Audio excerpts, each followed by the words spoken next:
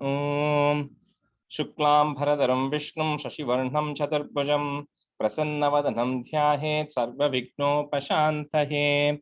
Om Sahana Bhavatu Sahana Bhunaktu Sahaviryam Karavavahai Tejasvinavadhi Tamastu Bhavetvishavahai.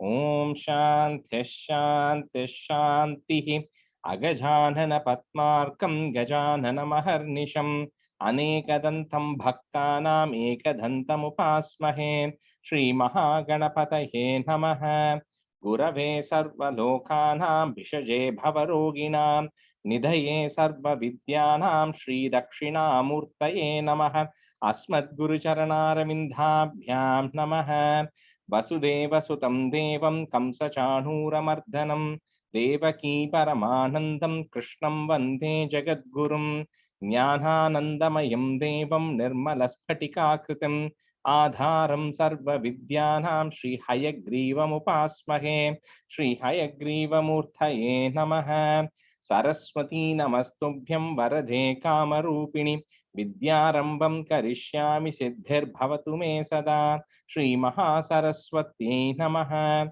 Uma Komala Hastabja Sambhavitalatakam Hiranyakundalam Vande Kumaram Pushkarasrajam Vetrivel Muruganak Hara Harohara Lokaviryam Mahapujyam Sarvarakshakaram Vibhum Parvati Hridayanandam Shastaram Pranamamyaham Swami Sharanamayappa Vagarta Viva Sampraktau Vagarta Pratipattaye Jagadah Pitarau Vande Parvati Parameshwarau Shri Parvati Parameshwarabhyam Namaha Komhalam Kujayan Venum Shyamaloyam Kumarakah Veda Vedyam Parabrahma Tasmai Shri Gurave Namaha Asmad Guru Charanaravindaabhyam Namaha Shri Krishna Govinda Hare Murare Shri Natha Narayana Vasudeva Shri Krishna Govinda Hare Murare Shri Natha Narayana Vasudeva Shri Krishna Govinda Hare Murare Shri Natha Narayana Vasudeva Pītāmbaram Karavirajita Chakrashanka Kaumodaki Sarasijam Karuna Samudram Radha Sahayam Atisundara Mandahasam Vatalayesham Anisham Hridibhavayami Krishno Rakshatumam Charha Charaguruho Krishnam Namasye Sadha Krishne Naiva Surakshito Hamasakrite Krishnaya Dattam Hanaha Krishna Deva Samudbhavo Mama Vibho Krishnasya Dhasosmyaham Krishne Bhakti Rachancalastu Bhagavan He Krishna Tubhyam Namaha Shri Guru Vayurappa Sharanam Nambranham Sannidhatte Satatamavi Purastairanabhyartitanapi Artan Kamhanajasam Vitarati Paramananda Sandram Gatim Cha Itham Nisheshalabhyo Niravadika Palaha Parijato Hare Tvam Kshudram Tam Shakravati Dhrumam Abhilashati Vyartamarte Prajohyam Shri Guru Vayurappa Sharanam Shri Bhattapadam Anisham Hridibhavayami Vamshi Vibhushitakarat Navaniradabat Pitambharat Arunabimba Phaladharoshkat Purnendu Sundharamukhat Aravindhanetrat Krishnat Param Kimapi Tattvamaham Najane Kairandum Kupinyan Vindu Mirakunnu Niraja Lochana Ninodhai Etinu Manyane Kumbidendatoru Ritiyil Nihenne Palikennai Krishna Hare Jaya, Krishna Hare Jaya, Krishna Hare Jaya, Krishna Hare. Okay, welcome everyone. I know a few people are going to join late today. We'll get started. I didn't bring my book, so I don't want to do a review of 36. We'll get into 37 itself. Okay. So in the see here. So Sudha, you and Radha, you can be students for the first half. Okay. So last time we had finished up to 3, right, of 37. So we'll start with the 4th stanza. Krishnaya Parabhamai Namah. Second one, right? We need to start with the third one. Oh, didn't we do the third one, or? I think till you have finished only second one. Oh, second one? Okay, all right, we'll do the third. Stanza 3.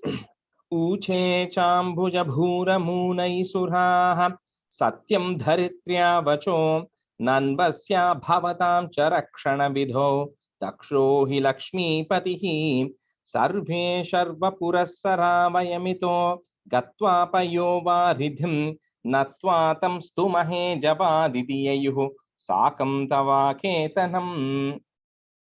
So we saw in the second one how some of the leftover, because of the residual karmas left over, some of the asuras were being born again, and the entire earth was getting tormented. So they had all approached Brahma along with the devas.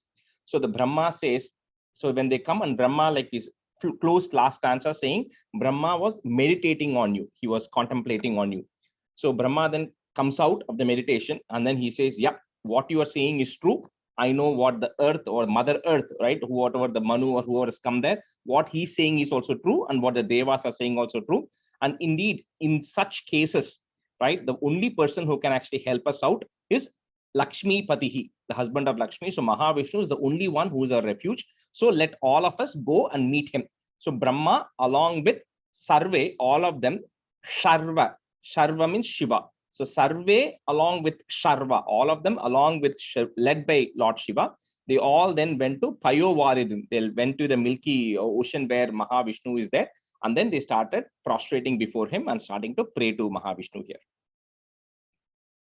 So, Uche Chambhuja Bhura Munai Suraha, comma, Satyam Dharitrya Vacho, comma, Nanvasya Bhavatam cha rakshana vidhau, comma, daksho hi lakshmi patihi.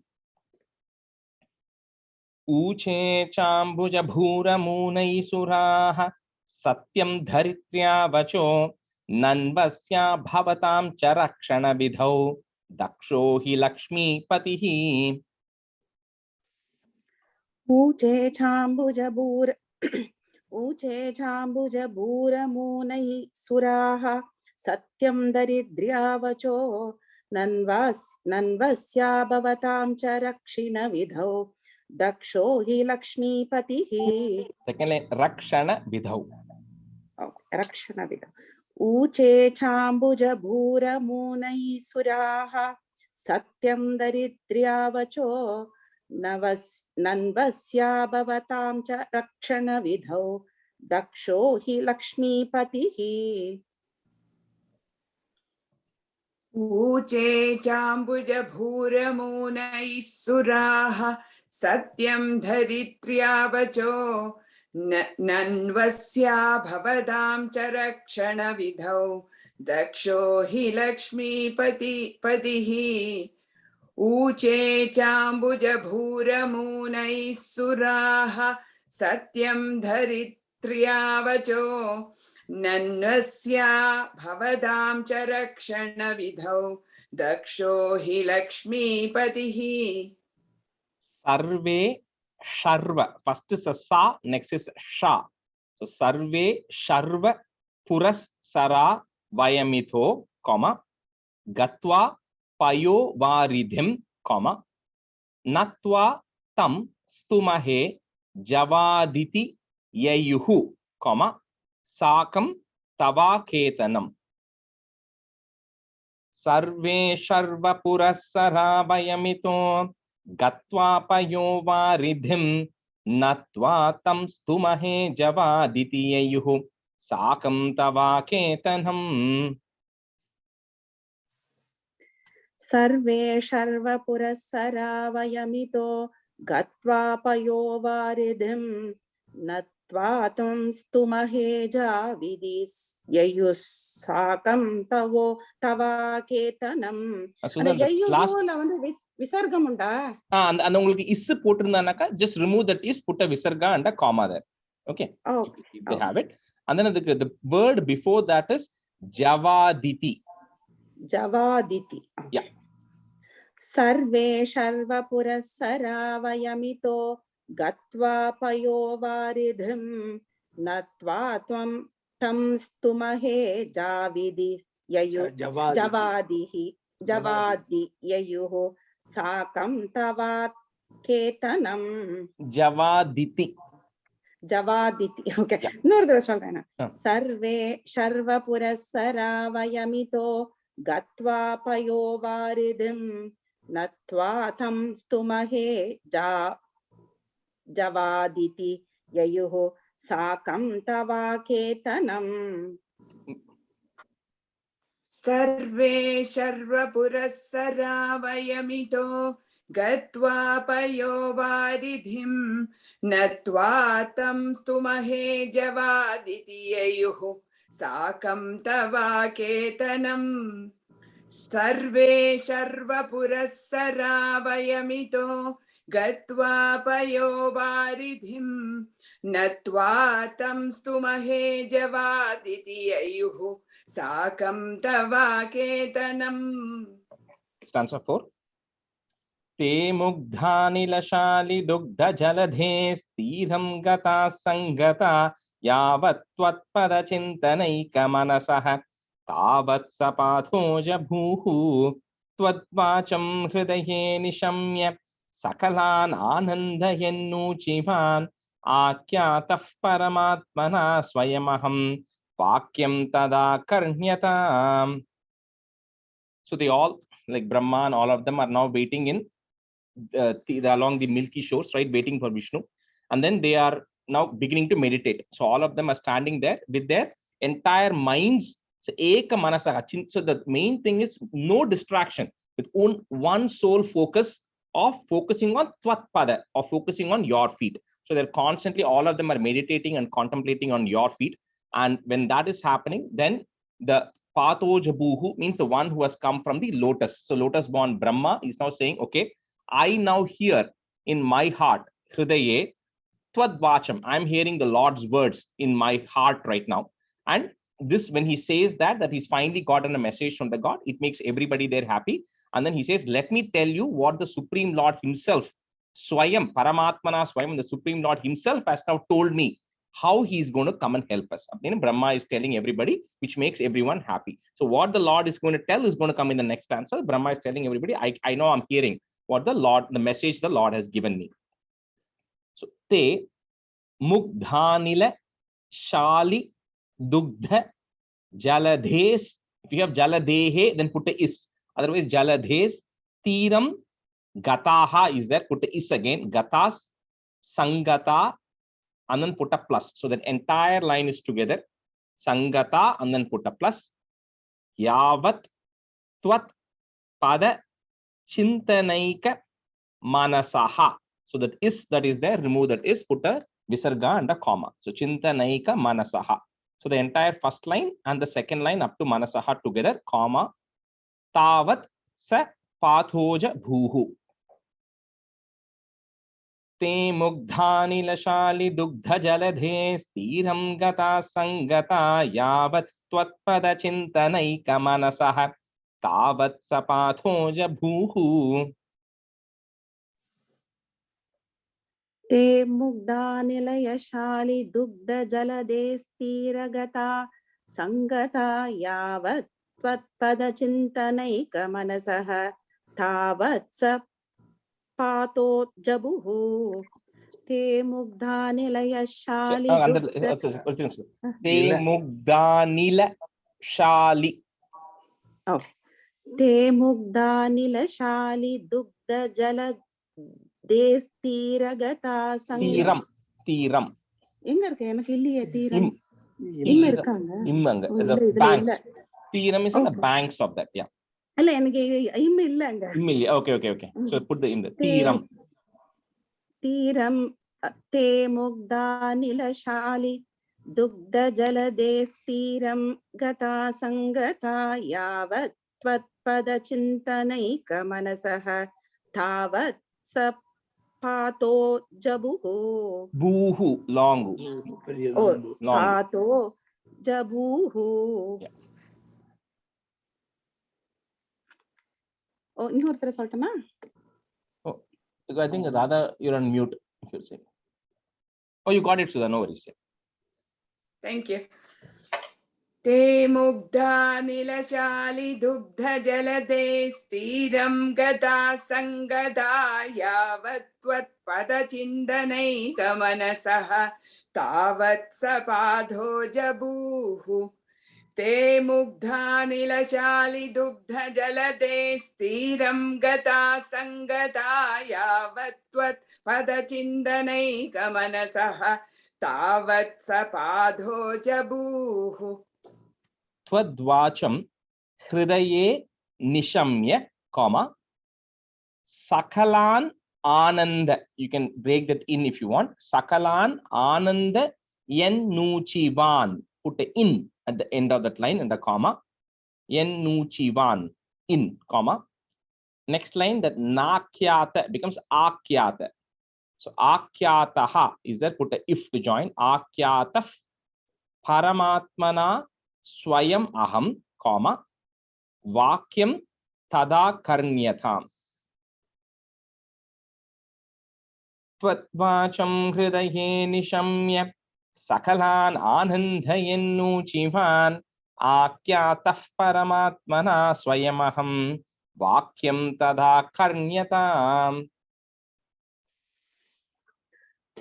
त्वद्वाचं हृदये निशम्य सकलान् आनन्दयन्नुचिवान् आख्यातः परमात्मना स्वयमहं वाक्यं तदा कर्ण्यताम् त्वद्वाचं हृदये निशम्य सकलाम् आनन्दयन्नुचिवान् आख्यातः परमात्मना स्वयमहं vakyam tada karnyatam. Sudan, the third line la sakalan in sound. Okay, in get the second time in a. Oh, okay, okay. Okay, sakalan. Yeah. Okay. Twadvacham hridaye nishamya sakalan anandayennuchivan akhyatah paramatmana swayamaham vakyam tada karnyatam. Twadvacham hridaye nishamya sakalan anandayennuchivan akhyatah paramatmana swayamaham vakyam tada karnyatam. Stanza 5. Jane dina dashamaham divishadham bhumescha bhimairnrpaihi takshepaya bhavami yadavakule soham samagratmana deva vrishnikule bhavantu kalaya devanganaschavano matse vartamiti tvadiya vachanam pathoja bhuruchivan. So now the previous stanza, Brahma says, listen to what I'm going to say, what the Lord has told me. So that Brahma now says, Pathoja bhuhu, again, lotus born Brahma, Uchivan, he says.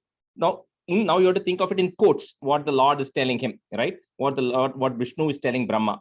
He says, Jane, I know the sad state of affairs which are actually happening right now, and I know all the impact the asuras are happening.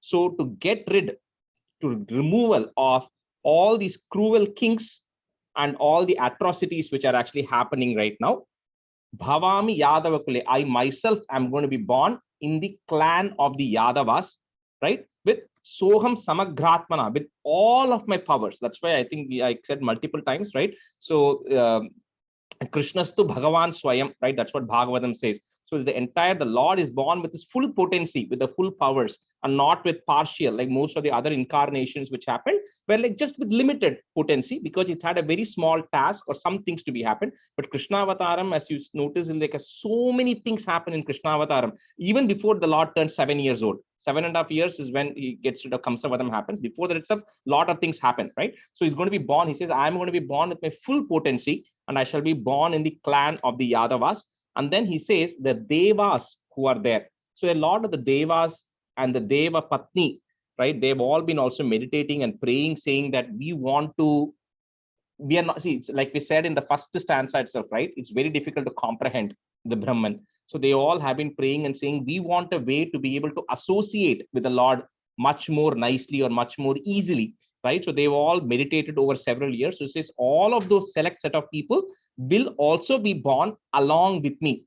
So the Devas will be born as the Gopas, and the Deva Patnis will be born as the Gopikas, right? And when they are born in that form, they will get to embrace me in a human form and be able to associate with me much more closely, right? So that's what even later on, right, in the next batch, when you learn the next 30 chapters, it's all mostly about Krishna Avataram, and Vaidehi is participating. It's all about Krishna Avataram, and it talks about how the Gopikas are so blessed, right? And in the 76th chapter, last stanzas, Uddhava comes and says that of everything I know in this world, nothing beats the devotion of the Gopikas. So they are all so blessed that they were able to associate with the Lord so much. So here he says, these Devas and Deva Patnis are the ones who are going to be born as Gopas and Gopikas along with me.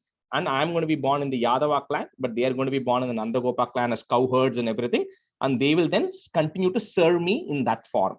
Iti tvadiya vacham. Thus you, O Lord, spoke, which Brahma then relays on to the other gods and the and Shiva and everybody else who is there. So Jane Dina Dashamaham, comma, Divishadam Bhumescha Bhimair Nripaihi. So put a visarga then, Bhimair Nripaihi, visarga and a comma. Next line, that is goes away. So tat kshepaya bhavami yadava kule, comma, soham samagratmana. Janhe dina dashamaham divishadam bhumescha bhimair nripaihi tat kshepaya bhavami yadava kule, soham samagratmana. जाने दीन दशामहं दिविशदां भूमिश्च भीमैर्नृपैः तक्षेपाय भवामि यादवकुले सोऽहं समग्रात्मना जाने दीन दशामहं दिविशदां भूमेश्च भीमैर्नृपैः तक्षेपाय भवामि यादवकुले Soham samagratmana. So then the first line, the comma is after dashamaham. Dashamaham. Okay. Jane dina dashamaham divishadam bhumecha bhimai nripaihi takshepaya bhavami yadavakule soham samagratmana. Jane dina dashamaham divishadam bhumescha bhimai nripaihi takshepaya bhavami yadavakule soham samagratmana. Deva vrishnikule bhavantu kalaya, comma, devanganash chavanau, devanganash chavanau, comma, mat sevartham iti. If you want to break it, mat sevartham iti tvadiya vachanam, comma, patoja bhur uchivan. If you want to break it, or you can say it together, patoja bhuruchivan. Deva vrishnikule. The Vrishni is the clan, in which all of them are actually born. All the Gopas are, everybody is born as Deva. So that's the Vrishni clan. Deva vrishnikule bhavantu kalaya devanganaschavanau matsevartamiti tvadiya vachanam pathoja bhuruchivan. Deva vrishnikule bhavantu kalaya devanganaschavanau matsevartamiti tvadiya vachanam patoja bhuruchivan. Deva vrishnikule bhavantu kalaya devanganaschavanau matsevartamiti tvadiya vachanam patoja bhuruchivan. Deva vrishnikule bhavantu kalaya devanganaschavanau matsevarthamiti tvadiya vachanam padhoja bhuruchivan. देवावृष्णिकुले भवन्तु कलया देवाङ्गनाश्चावनौ मत्सेवार्थमिति त्वदीयवचनं पादोजभूरुचिवान्. Stanza 6. Shrutva karnarasayanam tava vachah sarveshu nirvapita swanteshvisha gateshu tavaka kripa piyusha triptatmasu vikyate madurapure kila bhavat sanidhya punyottare dhanyam devakanandana mudavahat rajasha suratmajah. So tava vachaha. So on hearing the words which you spoke, which were like karna rasayanam, which were like nectar to everybody's ears, because when the devas heard that the Lord himself is going to be born to help them out and to get rid of all the evil actions that are happening. So they all are now extremely, their mind is now free from all the sorrows, and they're all extremely happy. And then your compassion, right? That's what it says, tava kripa, the compassion that you have, it kind of calmed them down, and everybody kind of went back. They all went back happy, knowing that the Lord is going to help them out. So that all happens. So then a little bit of a fast forward, right? So then in the city of Madura, so Madura, some people say Mathura today, Mathura. It is originally called as Madura because Madura means honey. So it's like Madurai, right? In South India also Madurai, it comes from the root word is Mathura, it means honey. So the Madudha becomes Ta. So nowadays it's called Mathura, but original meaning is Madura. So in that city of Madura, which was already famous, right? Because that's why its name itself is Madura, because it's a very sweet city. So that which now became even more sacred because of you eventually being born there, right? So, but it was saying that was already famous. Now it has become even more famous. It become a more punyam to that city because you are going to be born. So there, the daughter of Devaka Nandana, means the daughter of Devaka, which is Devaki, is now getting married to that king, who is a Shuratmajaha, means Vasudeva, who is the son of Shurasena. So Bhattacharya is not talking about all the other history. He's just saying, okay, now fast forward, and now in the city of Madura, Devaki is now getting married to son of Shurasena, Vasudeva here. So on 7th, right? Yeah. Sorry, 1 second, I lost my thing. Yeah. Shrutva karna rasayanam tava vachaha, comma, sarveshu nirvapita, put a plus, swantesh visha, and then a comma. So 1 comma after vachaha, 1 comma after swantesh visha, comma, gateshu tavaka kripa piyusha triptatmasu. So they all were happy as if they drank nectar or they drank honey, the devas.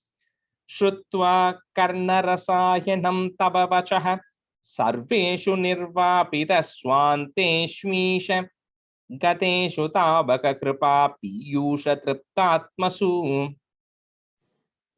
Shrutva karnarasayanam tava vachaha sarveshu nirvapita swanteshvisha gateshu tavaka kripa piyusha triptatmasu. Shrutva karnarasayanam tava vachaha sarveshu nirvapita swanteshva visha gateshu swanteshva visha gateshu tavaka kripa piyusha triptatmasu.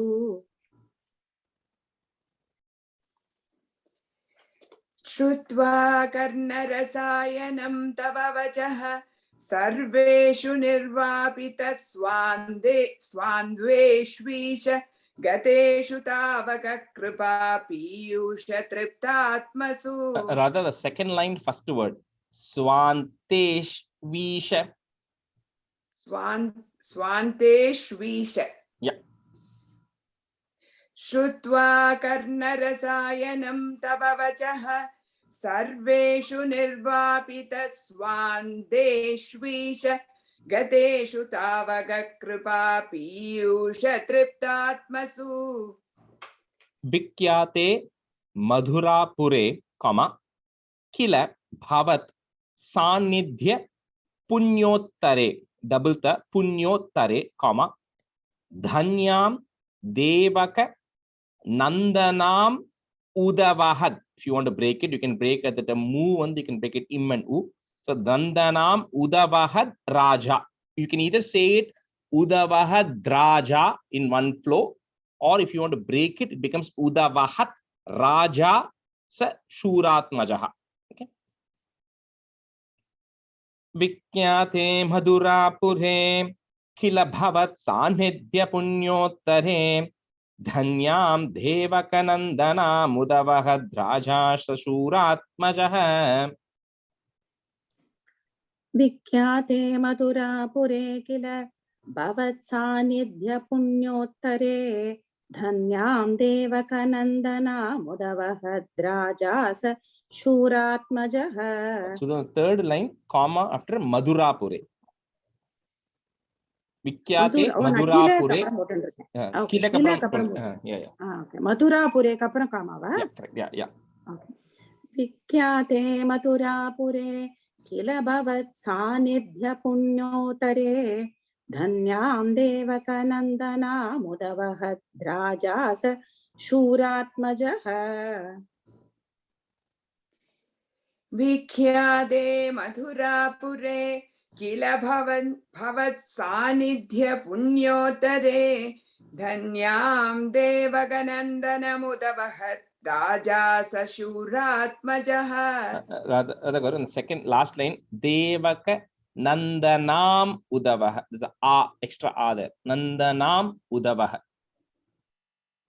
Vikhyade Madhurapure Kila Bhavat Sanidhya Punyotare Dhanyam Devaganandana Mudavahat Raja Sashuratmajaha. Stanza 7. Udvaha Vasitau Tadhiya Sahajaha Kamsota Sammanayen Etau Sutataya Gataf Patirate Vyomotaya Twadghiha Asyastvamati Dushtamashtamasuto Hanteti Hanteritaha Santrasat Satuhantumantikagatam Tanvim Kripani Madhat. So Devaki was getting married to Vasudeva. So you kind of all know the story, right? So when the marriage ceremony was over, Vasudeva was actually a very close friend of Kamsa. So Tadiya Sahajaha, so her brother Kamsa, who was so happy that his sister was getting married. So he personally wanted to honor the couple. So in addition to everything that was happening, so he then honors the couple and he tells that I'm going to be your charioteer, right? So he tells the charioteer to get down and says, I'm going to drive the chariot and have a procession of you both through Madura, right? And he then starts riding the chariot. So when he's driving the chariot, he then hears a voice, right? That he says that you are Ati Dushtam, that you are an extremely wicked and an evil person, O Kamsa. And this person who you are now, rallying around, this Devaki, your favorite sister, her Ashtama Sutaha, our eighth son, will be Hantaiti. He's going to be the person who is going to be your killer. And so why are you then walking or parading your sister around when her own eighth son is going to be your cause of destruction, right? That the voice then he then hears. So when that happens, no matter how much he loves, right, when it is his own life, things take a different turn. So what this comes out, then immediately his mind changes, and then he takes a sword, and then he then removes the sword, and without thinking, he's now ready to go kill that Tanvim. He's ready to go kill that beautiful lady who's his sister, because he wants to get rid of Devaki here. So Udvaha Vasitau Tadiya Sahajaha, comma, Kamsota Sammanayan, put the in at the end there, Sammanayan, comma. Next line, you have a in and a ne, in and ne together. So strike both and put a. Etau Sutataya Gataha, put a if Gataf, Pati Rathe, comma, Vyomothaya Twadgira. Udvaha Vasitau Tadhiya Sahajaha Kamsota Sammanayen Etau Sutataya Gataf Patirate Vyomothaya Twadgira. Udvaha Vasito Tadiya Sahajaha कंसोत सम्मानयन् एतौ सूततया गतिः पतिरते व्योमोत्तया त्वद्गिरा. Second line, gataf. Gatah. Okay. Gataf, if sound. Gataf, If. F. Okay. If gataf. उद्वाहः वसितौ तदीय सहजः कंसोत सम्मानयन् एतौ सूततया गतः पतिरते व्योमोत्तया त्वद्गिरा. So then the first word, first line, udvaha vasitau. Udvaha vasitau tadiya sahajah. Okay. उद्वाहा वसितौ तदीय सहजः कंसोध सम्मानयन् एतौ सूततया गतः पथिरथे व्योमोत्थया त्वद्गिरा. उद्वाहा वसितौ तदीय सहजः कंसोध सम्मानयन् एतौ सूततया गतः पथिरते व्योमोत्थया त्वद्गिरा. Asyas tvam ati. You can break at the ma if you want. Tvam ati dushtam ashtama suto. You can either break it or say it together. But dushtam ashtama suto, comma, hanteti hanteritaha, comma, santrasat satu hantum antika gatam. Break that ma if you want. Hantum antika gatam tanvim kripanim adhat. Again, kripanim adhat if you want to break it. So that last line, there is no pause. Okay. Asyastvam ati dushtamashtama hanteti hanteritah santrasat satu hantum antika gatam tanvim kripanim adhat. अस्यात्वामति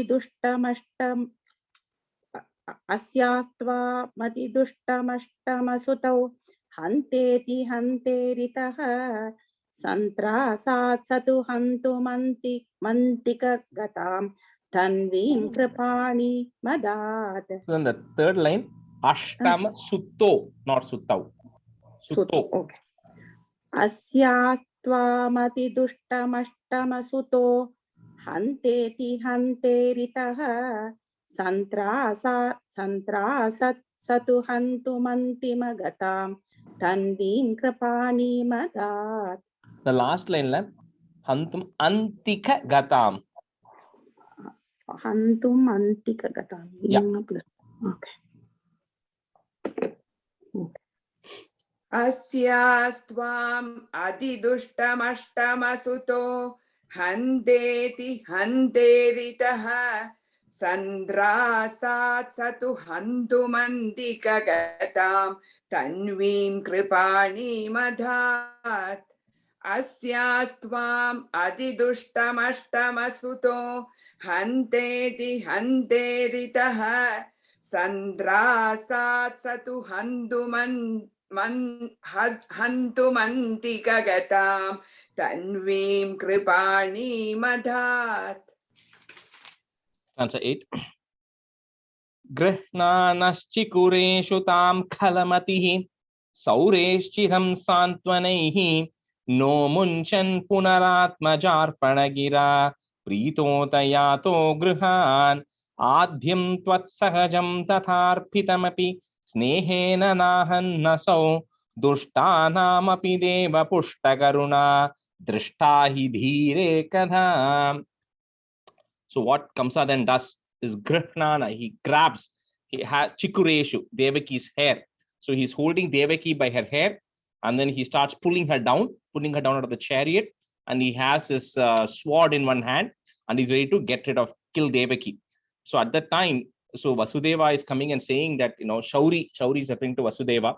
So he's coming and saying that I'm your best friend and she's your favorite sister. How can you do this to her?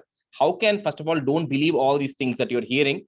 And there's no way that, that son is going to be born or eighth son is going to kill you and all that. None of this is going to happen. Then Kamsa somehow doesn't agree to it. He says, no, he's now fearful for his life. So then Vasudeva then promises saying that whatever children we are getting, right, we will then give it to you. So that's what is offered to Atmaja Gira. So whatever children who are born to me, I will then come and give it to you. So you then decide what to do with it, right? So that way you will not get hurt. So somehow Vasudeva tells this, and with that, Kamsa is then calming down. He gets consoled. However, he still is not convinced, right? So, but he lets them go, and he then puts both of them in jail. So the same day that they get married, Vasudeva and Devaki are then put in jail by Kamsa. So then 1 year passes, and then the firstborn, Tat Sahajam, your first brother is born. So because Bhattacharya is linked to Krishna, your first brother is now born, right? Your eldest brother is born. When your eldest brother is born, then Vasudeva then immediately then calls Kamsa and then offers the child to Kamsa. However, when Kamsa sees the child, out of love, Snehena, at the end of the day, it is his nephew. So out of love for the newborn child, he doesn't do anything to the child. So here Bhattacharya says, even in the Dushtanam, even in the most wicked of people, there are sometimes those, karuna, some amount of compassion comes once in a while. So Kamsa gets that little bit of a compassion, and he doesn't do anything to the firstborn child right now. So Grihnanash Chikureshu Tam Khalamatihi, Sauresh Chiram Santvanaihi. Put a visarga at the end and comma, Santvanaihi. Next line, that ir goes away. No Munchan Punar Atma Jarpana Gira. If you want to break it, Punar Atma Jarpana Gira, comma, Pritota Yato Grihan. Grihnanaschikureshu tam khalamatihi, Saureschchiram santvanaihi, no munchan punaratma jarpanagira, Pritota yato grihan. Grihnanaschirakureshu tam Grihnanaschikureshu tam kalamati, Shaureshchiram santvanaihi, no munchan punaratmajarpanagira, Pritota yato grihan. The first line, Kalamatihi. There's a visarga there, okay? First line. Kalamatihi. Oh, kalamatihi. Okay. Grihnanaschikureshu tam kalamatihi, Shaureshchiram santvanaihi, no munchan punaratmajarpanagira, Pritota yato grihan. Grihnanaschikureshu tam khalamatihi, Saureschchiram sandvanaihi, no munchan punaratmajarpanagira, Pritota grihan. Grihnanaschikureshu tam khalamatihi, Saureschchiram sandvanaihi, no munchan punaratmajarpanagira, Pritota yato grihan. Adhyam Twat Sahajam Tatharpitamapi.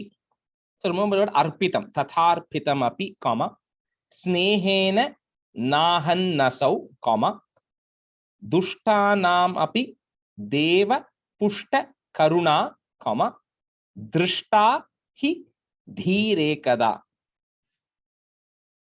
Adhyam Tvat Sahajam Tatharpitamapi Snehena Nahannasau Dushtanam api Deva Pushta Karuna Drishta hi Dhirekada.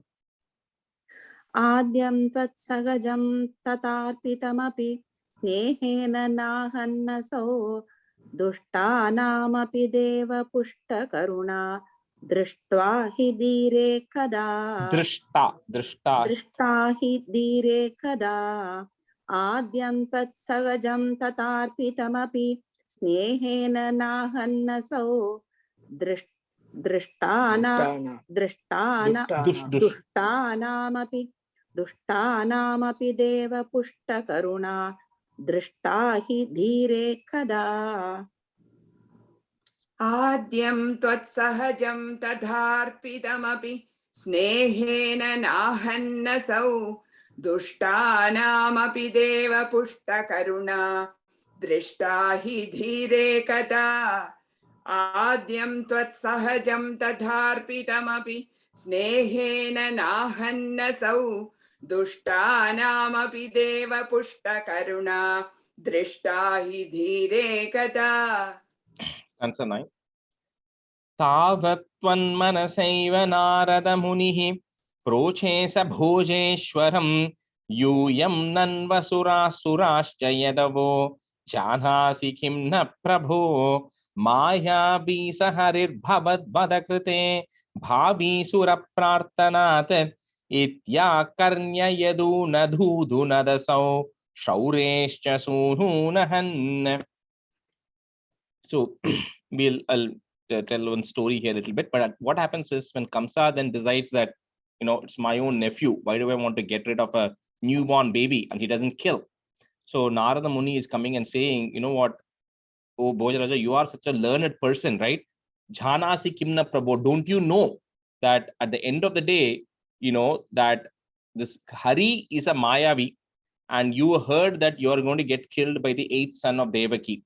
So which means don't give all these choices that it's pavam and I want to save this, right? All of this is not going to work, right? And you are going to be at risk. And Vasudeva, although he is not evil minded, but this Vishnu Hari is evil minded, and you don't know what's going to happen, and there is a reason why this is happening, right?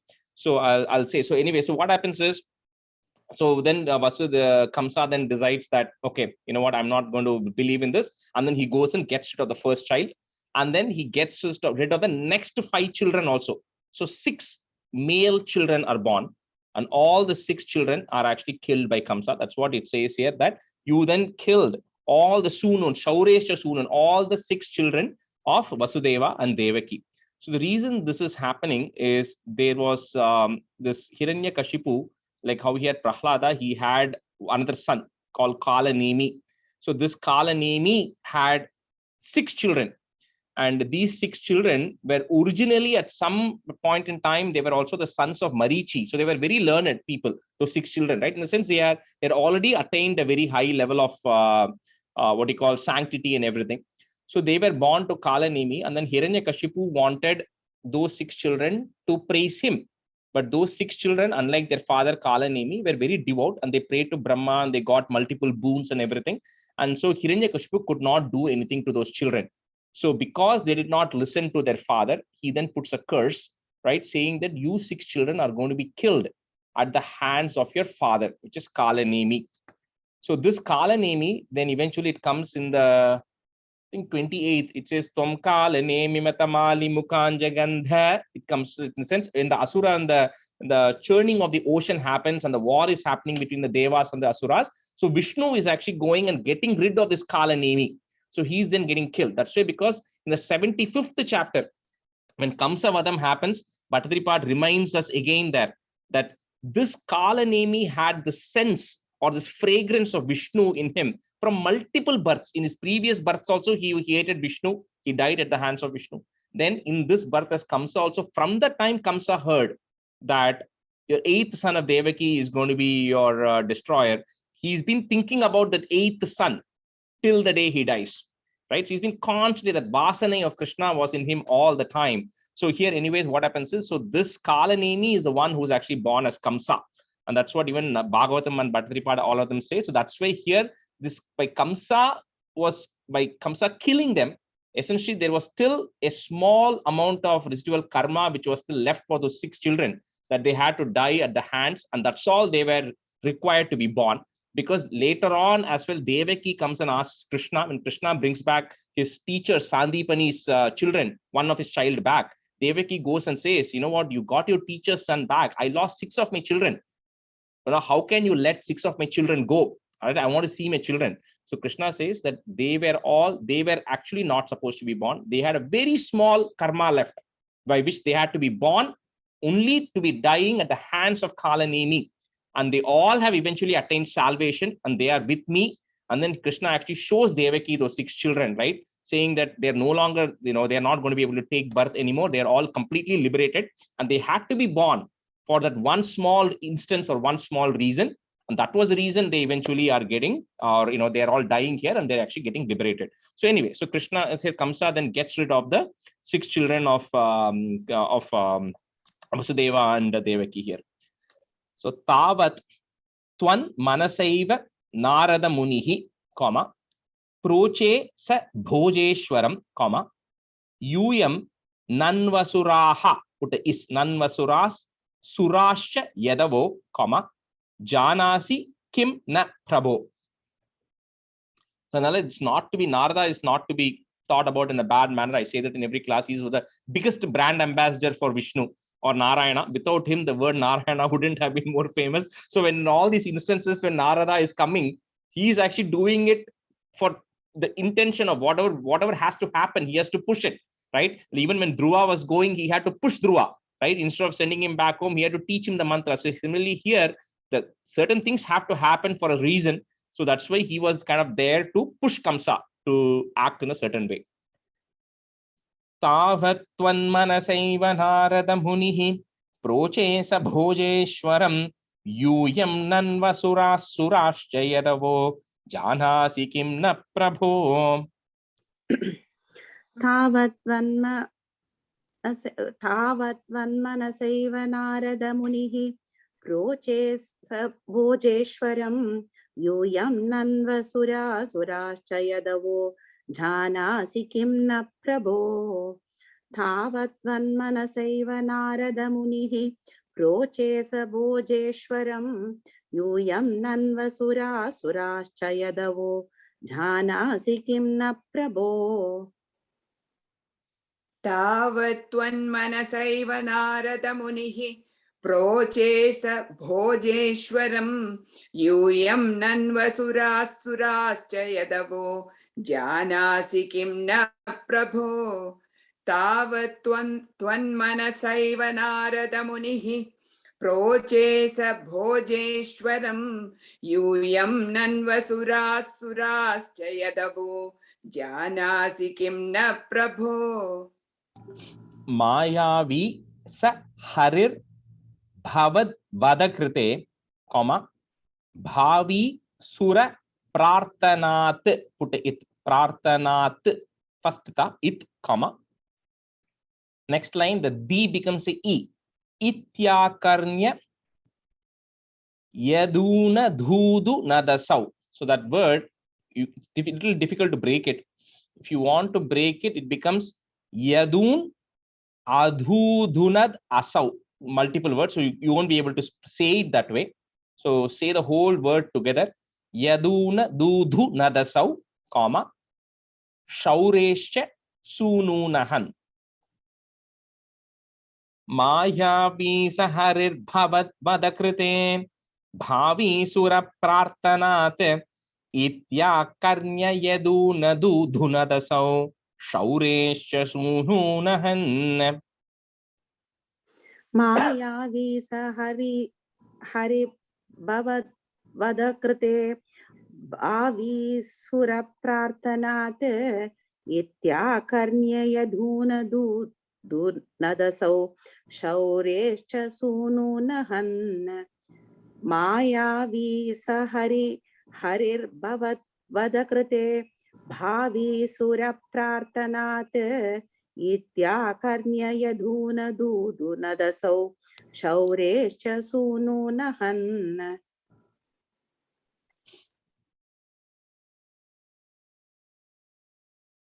Rather mute. Rather mute, let's see. Mayavi saharir bhavadvadhakrite bhavi sura prarthanat ityakarnya yadhuna dasau saurescha sununahan. So rather on the fourth line, yaduna dudhu nadasau. Yaduna dudhu nadasau. Correct. Yeah. Mayavi saharir bhavadvadhakrite bhavi sura prarthanat ityakarnya yadhuna dudhuna dasau shaurescha sununahan. Yeah, there's no other easy way to say that word. You have to kind of break panna mudiyadu. So anala, yeah. Yeah. Okay, so we'll switch. So Vaidehi, you can be a student, and Purna, can you be a student today? Yeah, sure. Okay. Stanza 10. Prapte saptama garbhatama hipatau त्वत्प्रेरणान्मायया नीते माधवरोहिणीं त्वमपि भो सच्चित्सुखैकात्मकः देवक्या झठरं विवेशितमिभो संस्तूयमानः सुरैः स त्वं कृष्ण विधूय रोगपटलीं भक्तिं परां देहि मे. So the first 6 children after passed, so now entering into the womb of Devaki as the Saptama, as the 7th child, is none other than your own incarnation Adishesha, who is now entering into the womb of Devaki. So once Adishesha enters into the womb of Devaki, now by your prompting and due to Maya, due to Yoga Maya, that fetus is now getting transferred over into the other wife of Vasudeva, which is Rohini, who is sitting with Nandagopa. So Nandagopa is taking care of Rohini, and so this fetus is getting transferred into Rohini, and the 7th child is then born to Rohini as Balarama. So when this child, now Devaki was pregnant, and so when Kamsa comes, so Devaki and Vasudeva tell him that the 7th child was a stillborn and it died, right? So they tell him that they don't know what happened, that their child is born a stillborn, and they don't know that it has got transferred either, right? So they then say the child is born dead, and so the Kamsa says, okay, 7th child gone. So then after all that, later on, then as you then Devakya Jhataram Viveshita, you, O Lord, who is nothing but Satchit, who is the entire supreme consciousness, you then are entering into the womb of Devaki as as a as a fetus, right? You enter into Devaki's womb, and when you enter, all the devas, Suraihi, all of them are extremely happy because now they know the time for your incarnation and birth has come. So Devaki is now pregnant for the 8th time. So that Krishna, Sattvam Krishna, Viduya Roga Patini, please eradicate all the ailments and the diseases I have, as well as Bhaktim Param Dehime. Also, in addition to that, please confer on me supreme devotion as well. So with that, Bhattacharya part ends the 37th chapter, which is the prelude to the Krishna Avataram. So Krishna has entered into the womb of Devaki, but the Avataram itself is happening in the 38th chapter only. Prapte Saptama Garbhatam Ahipatau, comma, Twat Preranan Mayaya, put a plus, Nite Madhava Rohineem, and then a comma, Twamapi Bhoho, is there, put a is, Bhos Satchit Sukhai Katmakaha. Prapte Saptama Garbhatam Ahipatau Twatpreranan Mayaya Nite Madhava Rohineem Tomapi Bho Satchit Sukhai Katmakaha. प्राप्ते सप्तमगर्भतामहिपतौ त्वत्प्रेरणान्मायया नीते माधवरोहिणीं त्वमपि भो सच्चित्सुखैकात्मकः प्राप्ते सप्तमगर्भतामहिपतौ त्वत्प्रेरणान्मायया नीते माधवरोहिणीं त्वमपि भो सच्चित्सुखैकात्मकः प्राप्ते सप्तमगर्भतामहिपतौ त्वत्प्रेरणान्मायया नीते माधवरोहिणीं त्वमपि भो सच्चित्सुखैकात्मकः प्राप्ते सप्तमगर्भतामहिपतौ त्वत्प्रेरणान्मायया नीते माधवरोहिणीं त्वमपि भो सच्चित्सुखैकात्मकः Devakya Jataram Viveshita Vibho, comma, Samstuyamanaha, put a is, Samstuyamanas Suraihi, comma, Sa Tvam Krishna Vidhuya Roga Patalim, comma, Bhaktim Param Dehime. Devakya Jataram Viveshita Vibho, Samstuyamanas Suraihi, Sa Tvam Krishna Vidhuya Roga Patalim Bhaktim Param Dehi Me. देवक्या जठरं विवेशित विभो संस्तूयमानः सुरैः सत्वं कृष्ण विधूय रोगपटलीं भक्तिं परां देहि मे. Vaidehi, and the last line and the sa and tvam, just, I mean, you don't have to say it together, leave a very brief pause. So, Okay. so that you, that's what it means. Sa tvam. Okay. देवक्या जठरं विवेशित विभो संस्तूयमानः सुरैः सत्वं कृष्ण विधूय रोगपटलीं भक्तिं परां देहि मे. अदु okay वा? Perfect. देवक्या जठरं विवेशित विभो संस्तूयमानः सुरैः सत्वं कृष्ण विधूय रोगपटलीं भक्तिं परां देहि मे. देवक्या जठरं विवेशित विभो संस्तूयमानः सुरैः सत्वं कृष्ण विधूय रोगपटलीं भक्तिं परां देहि मे. Shri Krishnaya Parabrahmane Namaha. We'll move to the 38th chapter, first stanza. So this is the the two-liner kind of tune, okay? Ananda Rupa Bhagavannaite Vatare Prapte Pradipta Bhavadanga Niriyamanehi Kantivrajeriva Ghana Ghana Mandalaidhyam Avrunbati Viruruche Kila Varsha Vela. So, but the purchase again, Ananda Rupa Bhagavan, O Lord, you are nothing but the supreme bliss in personified, right, or intensified into one. So, when the time now comes for Te Avatare, when the time is now right for you to take your incarnation or avataram, so how it was outside, right? So it was raining all over, right? It was a rainy season, and then the clouds it was all dark outside, the gray clouds outside. Just like your body, right? So because even all the time Krishna's body, Bhaktipad describes as like the rain-bearing clouds. So the dark gray clouds. So just like your body, the entire clouds outside were dark in color because it was beginning to rain. And just like how you were like the ray of brilliance, similarly there was a lightning that was also happening outside, which is like the lightning when it happens to the cloud. You see that a streak of lightning that is actually happening. So that was happening, giving an indicator that all these dark things that are happening, you are now going to come and eliminate it. So Bhattacharya is telling it's all set, and you are giving an indication that you are going to take birth by creating this scene outside. So Ananda Rupa Bhagavan. So in and na coming together. Bhagavan Tevatare together, comma. Prapte Pradipta Bhavadanga Niriya Manaihi Kanti Brajairiva Ghana Ghana Mandalair Dhyam. Put a im there at the end of that line. Dhyam, comma. Next line, that ma becomes a. Avrinvati Viruruche Kila Varshavela.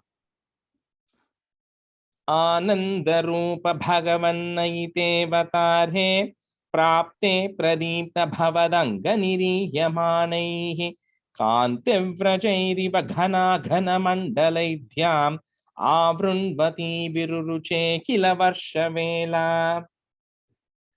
आनन्दरूपा भगवन्नयिते अवतारे प्राप्ते प्रदीप्त भवदङ्ग निरीयमाणैः कान्तिव्रजैरिव घणाघणमण्डलैर्ध्याम् आवृण्वती विरुरुचे किल वर्षवेला.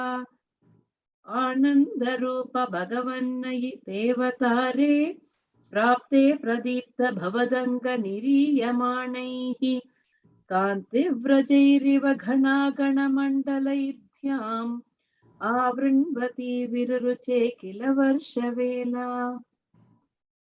आनन्दरूप भगवन्नयिते अवतारे प्राप्ते प्रदीप्त भवदङ्ग निरीयमाणैः कान्तिव्रजैरिव घणाघनमण्डलैर्ध्याम् आवृण्वती विरुरुचे किल वर्षवेला. आनन्दरूप भगवन्नयिते अवतारे प्राप्ते प्रदीप्तभवदङ्गनिरीयमाणैः कान्तिव्रजैरिव घनाघनमण्डलैर्द्याम् आवृण्वती विरुरुचे किल वर्षवेला. Stanza 2. आशासु शीतलतरासु पयोदतोयैः आशासिताप्तिविवशेषु च सज्जनेषु नैषाकरोदयविधौ निशिमध्यमाया क्लेशापहस्त्रिजगतां त्वमिहा विरासीः. So now all the directions, right, because of the heat that was there earlier, all the directions are now getting cooled because of the rain that is actually coming in, because that's what people, everything that people were desired for, the rain is coming to cool all the directions. Just like how all the evil that was actually there, it's an indicator that all of the evil is now going to go away. So just like how the rain comes and cools, right, you are now going to be coming. And what happens is they were saying, Bhagavatam, they give a long description, right? How, like, all the Alakshmi goes away everywhere, because before the Lord comes, Lakshmi Devi has to be there. Lakshmi Devi has to come. So the moment Lakshmi Devi comes, all the Alakshmi goes away, right? And becomes prosperous everywhere. And, in this case, the constellation of Rohini was on the rising. So even, when Rama was the, what do you call, in the horoscope also, right, he had to get separated from Sita, but Krishna's horoscope was perfect. All the stars were very well aligned. The Rohini was on the rising. The moon had risen to its peak. It was at the midnight, right, at the midnight of the middle of the night that day. And then all the people were now beginning to have a sense of calm. When that happened, Klesha Pahas Tri Jagatam. So one who is a remover of all the sorrows of all the three worlds, Tvam iha avirasihi. You then take birth, you then incarnate yourself in this world, right, as Krishna. And then Krishna is now taking birth, the Lord is taking birth as Krishna in this stanza here. So I'll talk about the description, what comes in the next stanza, but here Krishna is taking birth. That's what is happening here. So Ashasu Shitala Tarasu Payoda Toyehi. Put a visarga at the end of that line, Toyehi and a comma. Next line, the Ra goes away, makes it a A. Ashasi Tapti Vivasheshu Cha Sajjaneshu Naisha Karodaya Vidhau Nishi Madhyamayam, comma, Klesha Pahas Trijagatam Twamiha Virasihi. Asha Sushitalatara Supayodato Yehi Asha Sitapti Vivasheshu Cha Sajjaneshu Naisha Karodaya Vidhau Nishi Madhyamayam Klesha Pahas Trijagatam Twamiha Virasihi. आशा सुशीतलतरासु पयोदतोयैः आशा सिताप्तिविवशेषु च सज्जनेषु नैषाकरोदयविधौ निशिमध्यमायां क्लेशापहस्त्रिजगतां त्वमिहा विरासीः आशा सुशीतलतरासु पयोदतोयैः आशासिताप्तिविवशेषु च सज्जनेषु नैषाकरोदयविधौ निशिमध्यमायां क्लेशापहस्त्रिजगतां त्वमिहा विरासीः. आशासु शीतलतरासु पयोदतोयैः आशासिताप्तिविवशेषु च सज्जनेषु नैषाकरोदयविधौ निशिमध्यमायां क्लेशापहस्त्रिजगतां त्वमिहा विरासीः आशासु शीतलतरासु पयोदतोयैः आशासिताप्तिविवशेषु च सज्जनेषु नैषाकरोदयविधौ निशिमध्यमायां क्लेशापहस्त्रिजगतां त्वमिहा विरासीः. So typically, when after you chant this stanza, we then say Narayana, Narayana 16 times, right? So for those who know this tune, you don't have to repeat, but just make a note, right? So it goes in four times, right? It'll be Narayana, Narayana, Narayana, Narayana, Narayana, Narayana, Narayana, Narayana. Narayana, Narayana, Narayana, Narayana, Narayana, Narayana, Narayana, Narayana. Right, so we do that, say that 16 times. That will be 16 times. If you follow this tune exactly, it will be 16. Right, and then we do the Nevedam, and then I sent you all a slokam, right? Some Bhagavatam from describing Krishna Avataram, describing Krishna when he is born. So we'll chant that as well right after this. And then the third stanza of Narayaneeyam is the same thing that we are going to say, but in Bhattadripad's words. But what I'll first teach is the stanza from Bhagavatam, right? So if you have that handy. Tamadbhutam bhalakamambuje kshanam chaturbhujam shankagadadyudhayudham Srivatsalaksham Lakshmam Ghalashobikaustubham Pitambaram Sandrapayodasaubaham Mahargavaidurya Kirita Kundalatvisha Parishvakta Sahasrakuntalam Uddhama Kanchangada Kankanadivihi Birochamanam Vasudeva Aikshata. So same thing here, Bhattaripat says Bhalyasprashapi Vapusha Dhadusha Vibhutihi Udyat Kirita Katakangadaha Rabhasa Shankari Vari Jagadha Paribhasitena Meghasitena Parilesita Sutigehe. So when the Lord was born here, he was not born like a small child. He was actually born with Tamadbhutam Bhalakam Ambujeksham. You are actually born with Chaturbhujam, right, with 4 arms. And this Bhalakam is Adbhutam. This Bhalakam is like indeed a Adbhuta Bhalakam that is actually born here. So with lotus-like eyes, with 4 hands, and each of the hand had the Shank, Chakram, right, Gada, and then Dhara. So it had the lotus in the Chakram in one hand, Shank in other hand, lotus in one hand, Gada in the other hand. And then it had the Srivatsa mark, right, in his chest. It had the Kaustuba necklace, jewel around his neck here. And then he was wearing Pitambaram. He was wearing the yellow garment on his waist, and his body was that of Sandra Payoda Saubhagam, like we spoke earlier, as if it was the color of the rain-bearing clouds, which is actually there.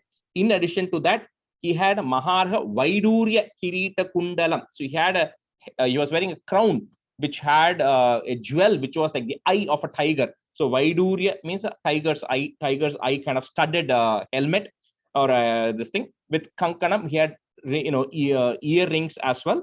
And then Sahasra Kuntalam, Parishvakta Sahasra Kuntalam means he had a lot of matted and the Churitamudi, like curly hair, right? Dense curly hair that he actually had. And then he was having all this, he also had a Kanchangada Kankanadi, Kankanam. He was wearing a thing around his waist as well, right? The necklace around his, jewel around his waist. And then he had bracelets in his arms. So this is the description of the Lord as it is there in Bhagavatam, where they go on to describe how he was born. And then there are a few more things which are going to come about it. So anyway, so this is how the Lord then comes up, right? And then lights up the room. Vasudeva Aikshata. When Vasudeva sees the entire room, they are still in the prison. The entire room is lit with this form. So how did Vasudeva and Devaki even know that this is the Lord, right? Forget being the baby. The only way they knew this is the Lord is the idol that Vasudeva and Devaki are worshipping or were worshipping was the Chaturbhujam, was the exact idol of a Lord with 4 hands, right? So this Chaturbhujam idol was then given on, like we said, from Prisni and Garbha, when the Lord was given there. Then Aditi and Kashyapa, then before Vamanavataram, they got it. Then Vasudeva and Devaki got it. Then later on, after Kamsavadam happens, Krishna comes. Krishna takes this idol, takes it with him to Dwaraka later on. And then the idea is that this idol is what then gets to Guru and Vayu, eventually comes to Guru Ayur. He gives it to Uddhava at the end of the Pralay, or when Dwaraka gets destroyed. So that Chaturbhujam idol is what Devaki and Vasudeva are worshipping. And that's how they know that the person who has come in front of them is the Lord himself who has actually come. So that's what is happening here. So first I will teach you, I'll tell you how to say that Bhagavatam, and then we'll come to the Narayaneeyam portion. Okay. So Tamadbhutam Balakam Ambujekshanam. So you can break at that. Balakam Ambujekshanam, comma, Chaturbhujam Shanka Gadad Yudha Yudham. If you want to break it, Gadad Yudha Yudham.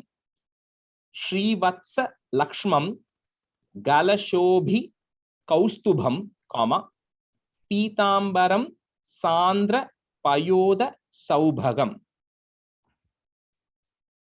Tamadbhutam Balakamambuje Kshanam Chaturbhujam Shanka Gadadyudhayudham Srivatsa Lakshmam Galashobhi Kaustubham Pitambaram Sandra Payoda Saubhagam. तमद्भुतं बालकमम्बुजेक्षणं चतुर्भुजं शङ्खगदाद्युधायुधं श्रीवत्सलक्ष्मं गलशेभिकौस्तुभं पीताम्बरं सान्द्रपयोधसौभगम्. Again, third line, Galashobhi Kaustubham. गलशोभ. तमद्भुतं बालकमम्बुजेक्षणं चतुर्भुजं शङ्खगदाद्युधायुधं श्रीवत्सलक्ष्मं गलशोभिकौस्तुभं पीताम्बरं सान्द्रपयोधसौभगम्. तमद्भुतं बालकमम्बुजेक्षणं चतुर्भुजं शङ्खगदाद्युधायुधं श्रीवत्सलक्ष्मं गलशोभिकौस्तुभं पीताम्बरं सान्द्रपयोधसौभगम्. तमद्भुतं बालकमम्बुजेक्षणं चतुर्भुजं शङ्खगदाद्युधायुधं श्रीवत्सलक्ष्मं गलशोभिकौस्तुभं पीताम्बरं सान्द्रपयोधसौभगम्. Maharha Vaidhurya Kirita Kundala, and then put a plus or say it together, Kundala Twisha Parishvakta Sahasra Kuntalam. So that entire line is together. Uddama Kanchangada. So Kanchang Angada, remember the word Angada. So Kanchangada Kankanadibihi. So Visarga there, Kankanadibihi. And then a pause there. And then the B, the next line, Virochamanam, you'll see a ir coming on top of Virochamanam. So remove that ir off. So Uddama Kanchangada Kankanadibihi, comma, Virochamanam Vasudeva Aikshata. Maharha Vaidurya Kirita Kundala Twisha Parishvakta Sahasra Kuntalam Uddhama Kanchangada Kankanadibihi Virochamanam Vasudeva Aikshata. महार्हवैडूर्य Kirit कुण्डलद्विषा परिष्वक्त सहस्रकुन्तलम् उद्दामकाञ्च्यङ्कदत् कङ्कणादिभिः विरोचमानं Vasudeva ऐक्षत. महार्हवैडूर्य Kirit कुण्डलद्विषा परिष्वक्त सहस्रकुन्तलम् उद्दामकाञ्च्यङ्कद कंकणादिभिः विरोचमानं Vasudeva ऐक्षत. महार्हवैढूर्य किरीटकुण्डलत्विषा परिष्वक्तसहस्रकुन्तलम्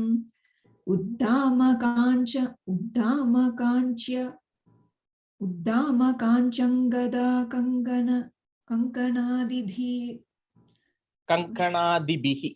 कङ्कणादिभिः विरोचमानं Vasudeva ऐक्षत.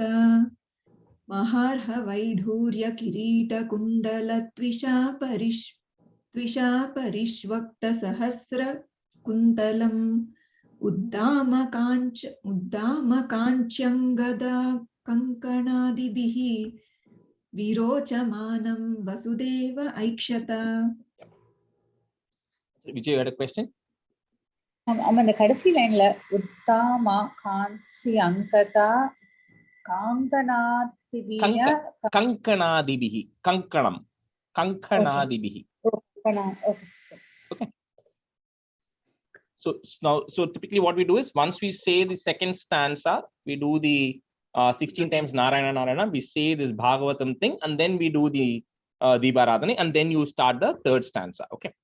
So Balya Sprishapi vapusha, dhadusha, vibhutihi. Put a visarga at the end there and a comma. Vibhutihi. Next line, the ru becomes u. Udyat, kirita, katakangada, hara, bhasa. Shankari, varija, gada, pari, bhasitena, comma. Megha, sitena, parilesita, suti, gehe. This is exactly Bhattacharya is saying the same thing. Whatever we just chanted, the 2 stanzas of Bhagavatam, the condensed version is what is this is. Balyas Prisha Vapusha Dhadusha Vibhutihi Udyat Kirita Katakangada Bhasa Shankari Vari Jagada Paribhasitena Meghasitena Parilesita Suti Gehe. बाल्यस्पृशापि वपुषा दधुषा विभूतिः उद्यत् किरीटकटकाङ्गदहारभासा शङ्कारिवारिजगदा परिभासितेन मेघासितेन परिलेसितसूतिकेः बाल्यस्पृशापि वपुषा दधुषा विभूतिः उद्यत् किरीटकटकाङ्गदहारभासा शङ्कारिवारि जगदा परिभासितेन मेघासितेन परिलेसितसूतिकेः बाल्यस्पृशापि वपुषा दधुषा विभूतिः उद्यत्किरीटकटकाङ्गदहारभासा शङ्खारिवारि जगदा परिभासितेन मेघासितेन परिलेसितसूतिगेः बाल्यस्पृशापि वपुषा दधुषा विभूतिः उद्यत्किरीटकटकाङ्गदहारभासा शङ्खारिवारि जगदा परिभासितेन मेघासितेन परिलेसितसूतिगेः. We'll do one more stanza and stop today. Vakshasthali sukanilina vilasi lakshmi mandaksha lakshita kataksha vimoksha bhedaihi tanmandirasya kalakam sakritam alakshmi unmarjayanniva virejita vasudeva. So he says, like he said earlier, every time Narayana goes, Mahalakshmi is there. So just when the Lord is coming in the form of Chaturbhujam, so also seated on his chest, Vaksha on his chest is Mahalakshmi. And as she glances around, just like how that chamber, right, the darkness in the cell, the prison cell where Vasudeva and Devaki is, that is actually getting lit. Similarly, as she looks around, all the inauspiciousness, the Alakshmi that is actually caused by Kamsa, is all beginning to get destroyed, and everywhere around the world auspiciousness is coming because Mahalakshmi is also born along with the Lord. So that's what Bhaktipada is saying. So Mahalakshmi is also seated on your chest, and she is, as she glances, her kataksham, when it is following, it is removing all the Alakshmi from everywhere else as well. So Vakshaha is there, put a is, Vakshas Sthali Sukha Nilina Vilasi Lakshmi, and then put a plus, Mandaksha Lakshita Kataksha Vimoksha Bhedaihi. So those 2 lines are together. Tan Mandirasya Khala Kamsa Kritam Alakshmim. So the Kritam im, and then you can break it. Kritam Alakshmim. Put a im at the end of that line and a comma. Next line, that mu that you have becomes a u. Unmarjayan iva virejita Vasudeva. So here, remember, Vasudeva is the father. So that's when the previous word, where the Vasudeva Aikshata, it said, because Vasudeva is seeing it.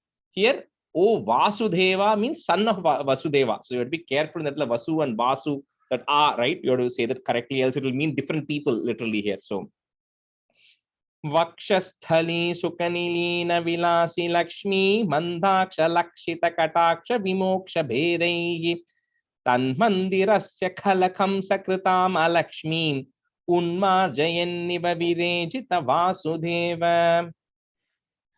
वक्षस्थली सुकनिलीन विलासि Lakshmi मन्दाक्ष लक्षित कटाक्ष विमोक्ष भेदैः तन्मन्दिरस्य कलकं सकृताम् अलक्ष्मीं उन्मार्जयन्निव विरेजित वासुदेव वक्षस्थली सुखनिलीन विलासी लक्ष्मीं मन्दाक्षलक्षित कटाक्ष विमोक्ष भेदैः तन्मन्दिरस्य कलकं सकृताम् अलक्ष्मीम् उन्मार्जयन्निव विरेजित वासुदेव वक्षस्थली सुखनिलीन विलासी लक्ष्मी मंदाक्ष लक्षित कटाक्ष विमोक्ष भेदैः तन्मन्दिरस्य खलकं सकृतामलक्ष्मीम् उन्मार्जयन्निव विरेचित वासुदेव